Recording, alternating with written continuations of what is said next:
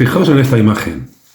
Son los sarcófagos de Carajía, en el norte del Perú. Se le llaman sarcófagos porque ahí dentro se encontraron momias. ¿A qué os recuerda? ¿No recuerda un poquito a los moais de la isla de Pascua? Vamos con ello.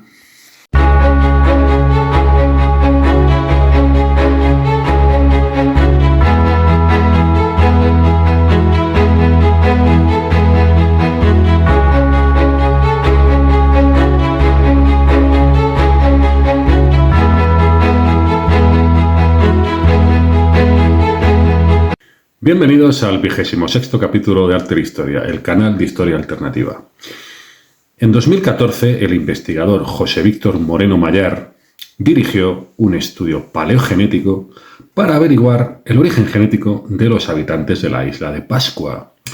Para ello, se valió de habitantes de la isla que se supiera que descendían directamente de los aborígenes más antiguos de la isla, o al menos que se supiera positivamente que sus ancestros llevaban muchas generaciones habitando la isla. El resultado de este estudio fue que el 76% del genoma de los individuos que fueron objeto del estudio, el 76% de su genoma era de origen polinesio, cosa que no sorprendió a nadie porque era lo esperado, ¿verdad? El 16% era de origen europeo. El estudio situó esta influencia genómica europea en estos habitantes de la isla en la segunda mitad del siglo XIX. Hay que tener en cuenta que fue en 1722 cuando la isla de Pascua fue visitada primera vez por europeos, concretamente por el navegante holandés Jacob Roggeveen. Bien. Pero la sorpresa vino con el 8% restante. El 8% restante, el 8% del genoma de estos individuos tenía origen mapuche. Los mapuches son un pueblo indígena procedente de los actuales Chile y Argentina, en Sudamérica. El estudio situó la entrada de este genoma en el acervo genómico de la isla de Pascua entre 1280 y 1495. Si recordáis, los que hayáis visto el capítulo anterior, el titulado Tupac Yupanqui, el Inca de Rapa Nui, que por cierto os lo dejo aquí para quien no lo haya visto, estas fechas entre 1280 y 1495 coinciden con la supuesta fecha en la que este Inca, Tupac Yupanqui, habría viajado en una flota de balsas a lo largo del Pacífico y posiblemente podría haber llegado precisamente a Rapa Nui, la isla de Pascua, y también a Mangareva, otra isla de la Polinesia. Otro estudio realizado en 2020, muy reciente, por el Laboratorio Nacional de Genómica del Centro de Investigación y de Estudios Avanzados del Instituto Politécnico Nacional de México, una institución pública científica mexicana. Este estudio hizo también un estudio genómico de 807 individuos pertenecientes a 17 islas distintas de la Polinesia, comparándolos con individuos de 15 pueblos nativos americanos costeros de la costa del Pacífico, ¿verdad? El estudio llegó a la conclusión de que había habido un flujo genético entre América y la Polinesia, entre la costa pacífica americana y la Polinesia, situado concretamente en torno al año 1200. Concretamente se encontró este flujo genético en las islas de Rapa Nui, la isla de Pascua, en Mangareva, la otra isla que hemos citado antes, y en varias de las islas Tuamotu. Las islas Tuamotu fue donde llegó Thor Heyerdahl en la Kon-Tiki. Si recordáis del capítulo anterior, Y si no, bueno, pues ver también el capítulo anterior, hablábamos de las islas Tuamotu, que es donde llega Thor Heyerdahl con la Kon-Tiki, y también en varias islas de las Marquesas, las Islas Marquesas.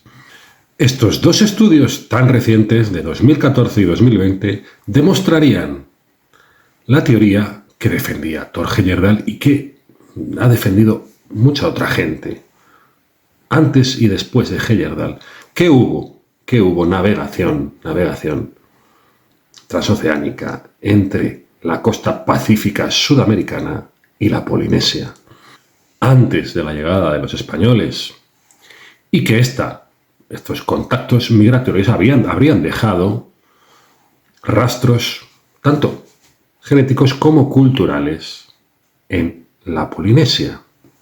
Vamos entonces con estos sarcófagos de Carajía, que están situados en el llamado Valle de Utcubamba, en esta zona de Perú que estáis viendo, que es muy cercana a la zona de Manta, de la isla de Puná y de Túmbez.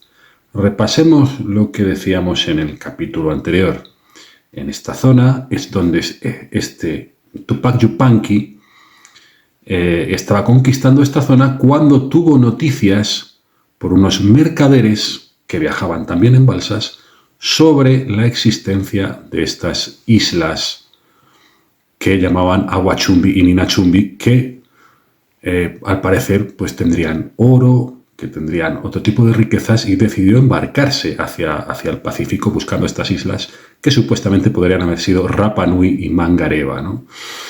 En esta zona es donde se embarcó supuestamente Tupac Yupanqui, según la crónica del cronista español Pedro Sarmiento de Gamboa, y como vemos, estos sarcófagos de Carajía están muy cerquita de la zona donde supuestamente embarcó en 1465 aproximadamente Tupac Yupanqui. El Inca, bueno, entonces era Auqui, era príncipe heredero, después fue Inca, ¿verdad? Fue rey del Tahuantinsuyo, del imperio incaico. Estos sarcófagos de Carajía pertenecerían a la cultura chachapoyas. Este pueblo, los chachapoyas, que fue incorporado al imperio incaico precisamente por este mismo personaje, este Tupac Yupanqui. La época en la que los expertos dicen que podrían haber sido erigidos estos sarcófagos de Carajía, estos purunmachus, que es como les llaman en lengua quechua, que significa hombre antiguo, los purunmachus de Carajía. Bien, la época en la que podrían haber sido erigidos estaría en un intervalo bastante amplio entre el 800 de nuestra era y el 1470. Recordemos en qué época dicen también los expertos que podrían haber sido erigidos los moais de la isla de Pascua, entre el 700 de nuestra era y el 1600. Coincide bastante. 700-1600 para los moais, 800-1470 para estos purunmachus o purunmachos de Carajía. Las coincidencias están ahí y son innegables. Existen otros sarcófagos también en esa misma zona, pertenecientes también a la cultura chachapoyas, que serían los sarcófagos de Ayachaki. Estos sarcófagos de Ayachaki, como podéis ver, tenían un tamaño menor que los de Carajía, ¿verdad? Pero sería el mismo tipo de construcción en piedra destinada a contener momias dentro, exactamente igual que los de Carajía. Bien, en esta zona andina también tenemos que hablar, por supuesto, de la estatua, digamos, principal, la estatua más famosa de Tiahuanaco. Este lugar en Bolivia, a orillas del lago Titicaca, que tiene lo que se ha venido a llamar el monolito Ponce. Estáis viéndolo, ¿verdad? Esta estatua que, bueno, pues hay que relacionarla, bueno, tengo que colocarla en este vídeo porque, por supuesto, tiene su importancia también y cada cual saque sus conclusiones, ¿verdad? No solo aquí, encontramos en otros lugares de América construcciones parecidas. Es decir, tenemos, por ejemplo, la cabeza de piedra de Guatemala. Estáis viendo imágenes Claro, aquí tenemos un pequeño enigma, porque esta fotografía y otras que se conservan de la cabeza de piedra de Guatemala, que están situadas en los años 50, aproximadamente del siglo XX, en los años 50, en la zona del Palmar, en Guatemala, se encontraba esta cabeza gigante de piedra, pero al parecer habría sido destruida posteriormente, habría sido tiroteada. No se sabe muy bien por qué. Entonces, claro, al final no sabemos muy bien, porque solo tenemos estas fotografías, no sabemos muy bien si estamos hablando de una realidad o de algún tipo de engaño. Hay que ser honestos. La cabeza de piedra de Guatemala es muy significativa para lo que estamos hablando, pero tenemos la duda de si realmente existió o no. Bien, tenemos también los monolitos del Parque Arqueológico de San Agustín, en Colombia. Estáis viendo también imágenes, ¿verdad? E incluso, cómo no, tenemos que hablar de las cabezas olmecas, que bueno, esto tiene también una discusión muy profunda y muy intrincada, porque estas cabezas olmecas, situadas en los estados de Veracruz y de Tabasco, en México, y fechadas entre el 1500 y el 400 a.C., fijaos de qué antigüedad estamos hablando, entre el 1500 y el 400 a.C., bueno, pues estas cabezas olmecas, según mucha gente, representarían a unos individuos de aspecto negroide. Claro, y si fuera así, y podría ser así, ¿de dónde habrían venido estos individuos de aspecto negroide? ¿De África?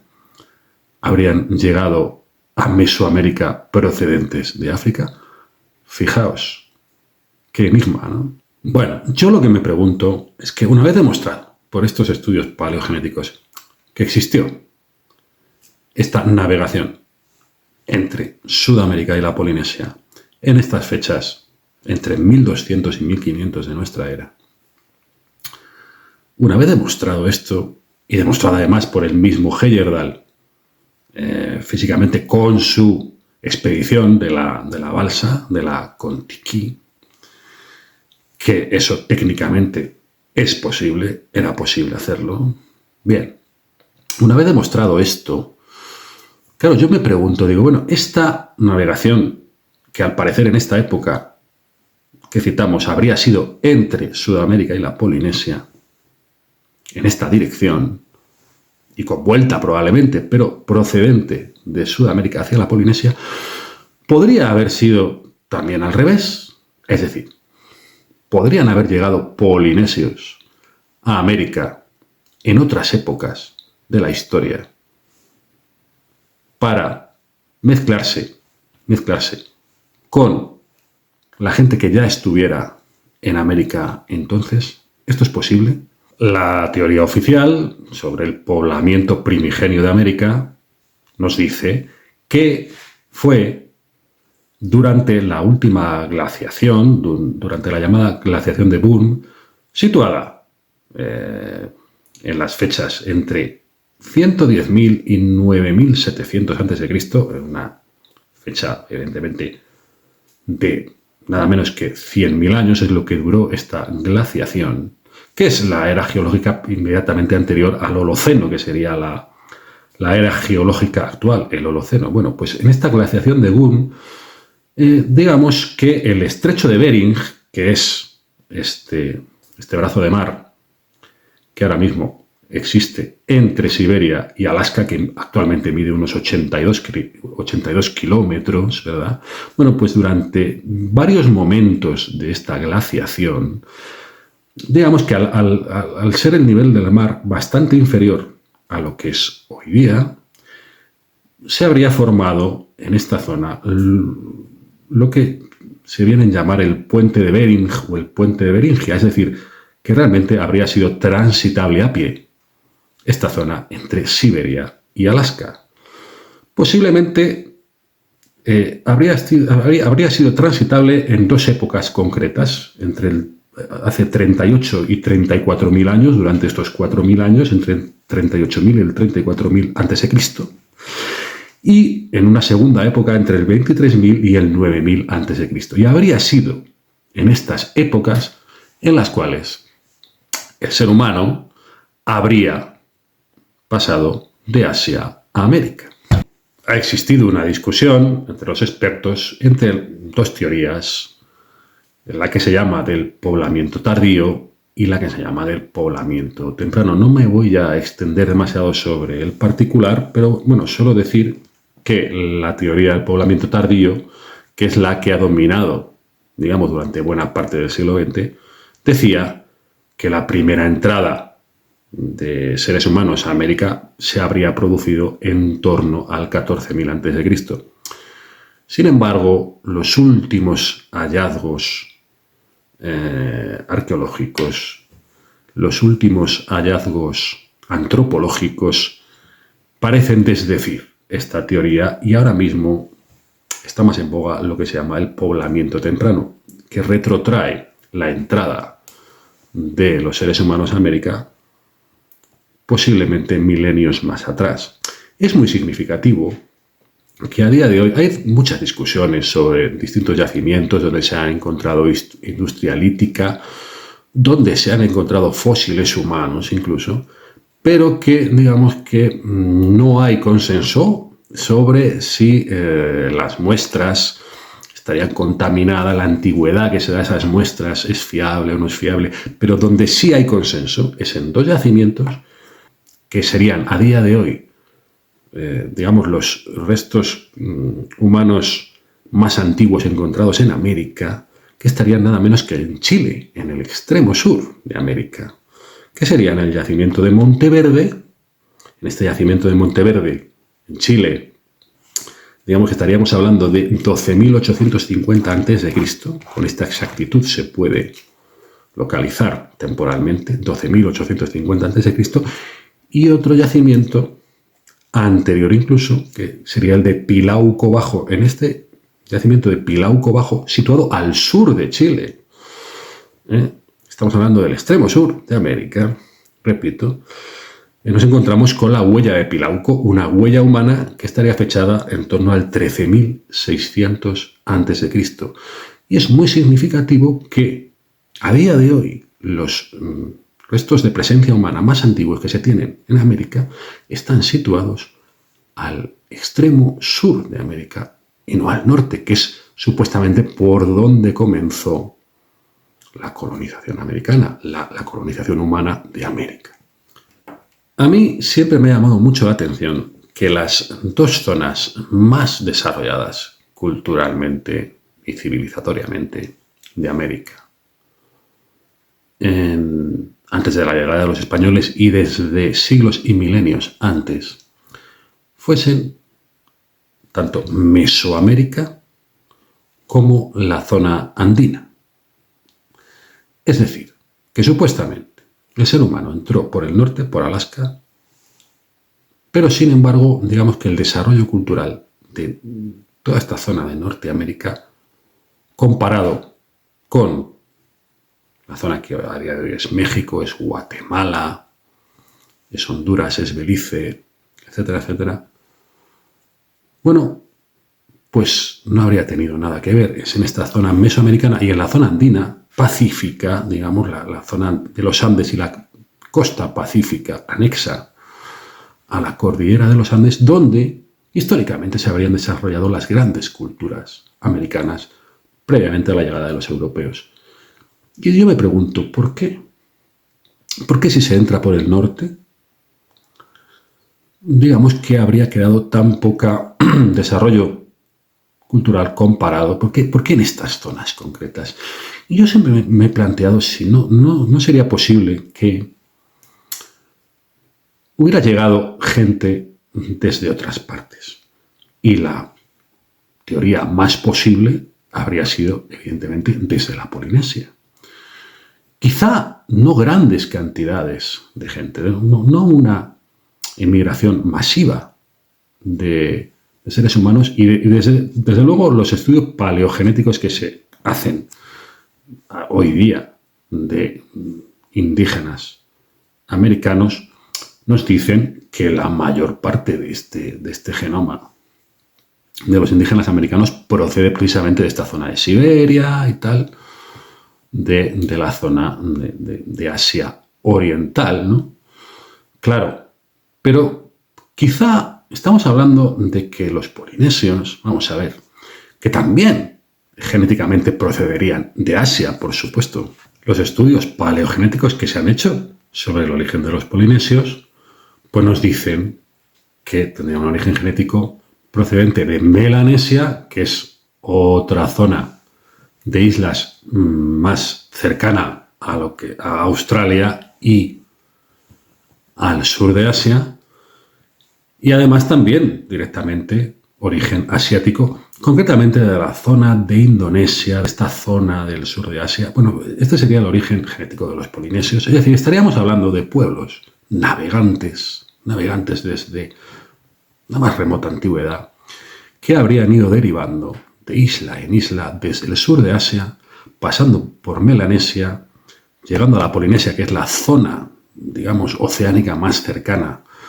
al sur de América, y quizá, ¿por qué no?, llegando también a América. Quizá incluso podrían haber llegado los primeros, estos restos antropológicos del sur de Chile.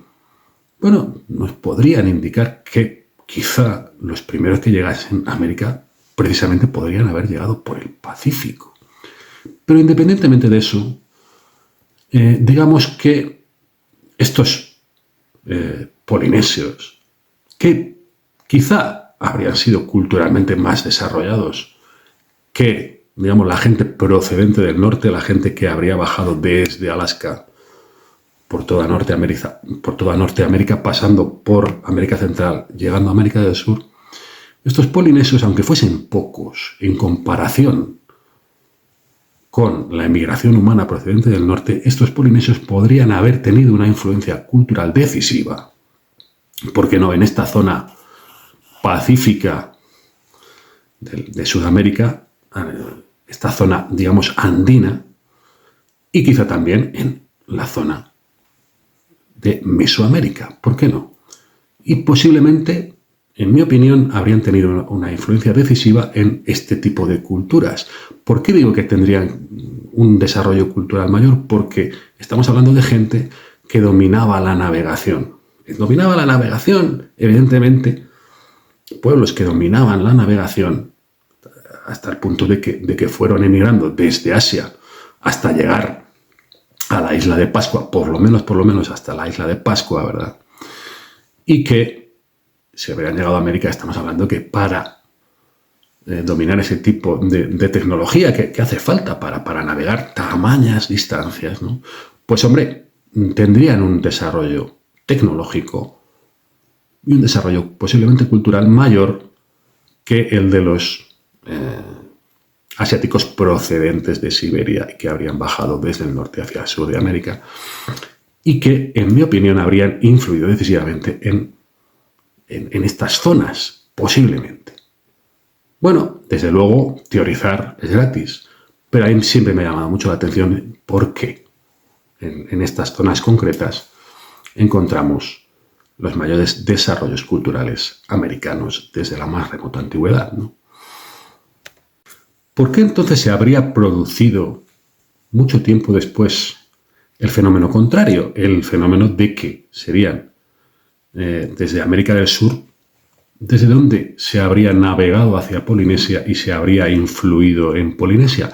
Bueno, pues habría que tener en cuenta que, claro, cuando estamos hablando de pueblos que se mueven constantemente, de gente que se mueve constantemente, que navega constantemente, que va pasando de una isla a otra, colonizando una isla después de otra, ¿qué podrían haber sido esta gente que llegase a América y que influyese en estas civilizaciones?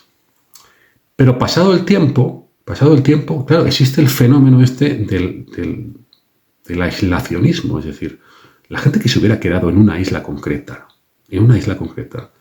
pues digamos que pasado el tiempo, pues este fenómeno de estar aislado hubiera ido, en mi opinión, degenerando en su desarrollo cultural e incluso en su capacidad de navegar.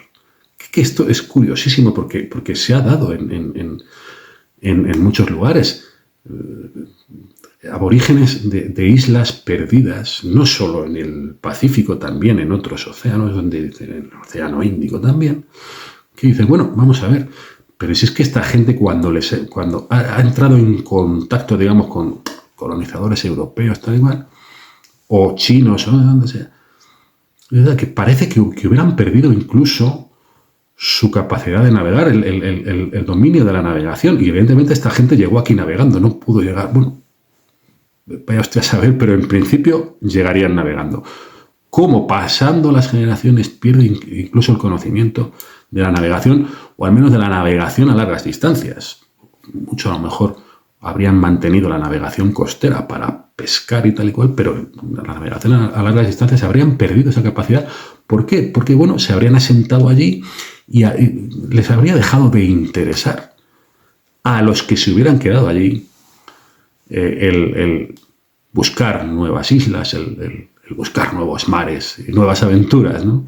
Digamos que esta gente, digamos que se habría acomodado allí e incluso habrían menguado en su desarrollo cultural y en su desarrollo tecnológico en varios aspectos, por el fenómeno este del aislacionismo, comparándolo con gentes de lugares como el continente americano, donde habría trasiego continuo de unos pueblos y otros, unas etnias y otras, unas gentes y otras, que digamos que pasando los siglos se habrían acabado desarrollando más que sus vecinos, entre comillas, los polinesios. Y es que esto pasa incluso con los indígenas canarios, es decir, los indígenas canarios tuvieron que llegar allí navegando. No queda otra posibilidad, ¿no? Pero el caso es que las crónicas que tenemos de la conquista castellana ya en el siglo XV nos dice que los indígenas canarios no navegaban. Es decir, llegaron allí navegando, pero pasando el tiempo por el fenómeno, estamos hablando del Atlántico en esta ocasión, por el fenómeno del aislacionismo, del vivir en una isla, y bueno, asentarse allí, hacerse a la vida allí, pero no querer ya moverse más de allí, pues habrían perdido incluso la capacidad de navegar, o al menos de navegar.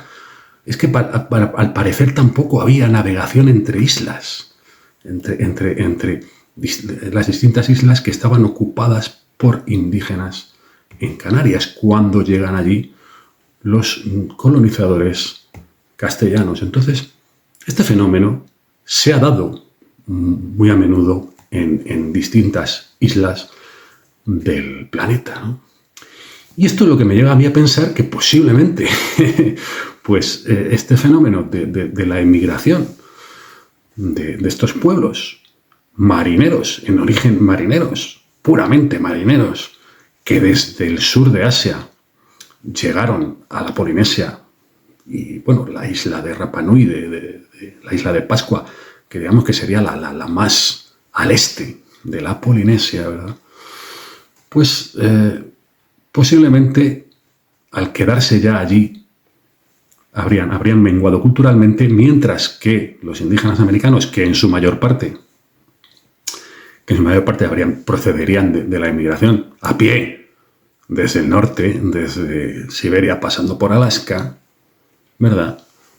Pues que en un principio habrían estado menos desarrollados culturalmente que estos pueblos marineros, sin embargo, pasados los siglos y pasados los milenios, hubieran sido capaces de hacer el trayecto contrario, de viajar desde América navegando hasta las islas de la Polinesia e influir culturalmente en ellas.